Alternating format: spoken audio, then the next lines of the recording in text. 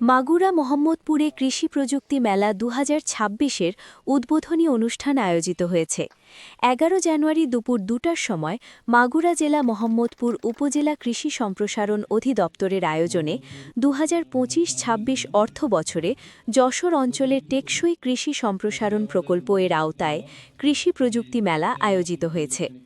কৃষি প্রযুক্তি মেলা উদ্বোধন করেন উপজেলা নির্বাহী অফিসার জনাব শাহানুর জামান।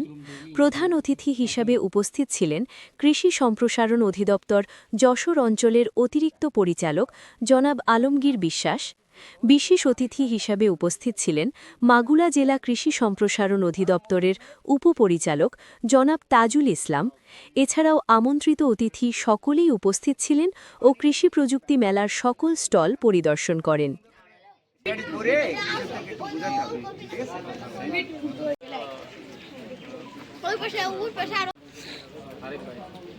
সবগুলো আমরা মানি না, হয়তো কিছু কিছু মানি, কিছু কিছু মানি না।